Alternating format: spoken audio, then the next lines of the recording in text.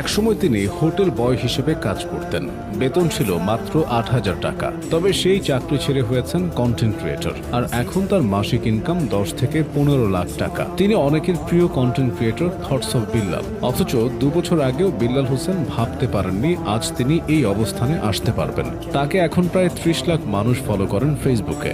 বিল্লাল হোসেনের বাড়ি শেরপুর জেলায়। তিনি এসএসসি পাশ করেছেন ২০১৩ সালে আর এইচএসসি পাশ করেছেন ২০১৫ সালে। এরপর তিনি বিএসসিতে ভর্তি হন। এই সময় নিজের পড়ালেখার খরচ চালাতে প্রাইভেট পড়ানো শুরু করেন এই কন্টেন্ট ক্রিয়েটর। পরবর্তীতে ২০১৯ সালে হোটেল ম্যানেজমেন্ট কোর্সে ভর্তি হন তিনি। এই কোর্স করার পর চাকরির খোঁজে কক্সবাজার চলে যান। সেখানে গিয়ে বিল্লাল হোসেন একটি হোটেলে কাজ পান। মাস শেষে বেতন পেতেন খুবই সামান্য, যা ছিল মাত্র ১০,০০০ টাকা। কিন্তু এর মাঝে দেশে শুরু হয় করোনার প্রকোপ। ফলে চাকরি হারিয়ে বাড়ির পথ ধরতে হয় বিল্লালকে। তবে বসে তো থাকা যায় না, সংসারের হাল তো ধরতে হবে তাকে। তাই চিন্তা করলেন তিনি বিদেশে যাবেন।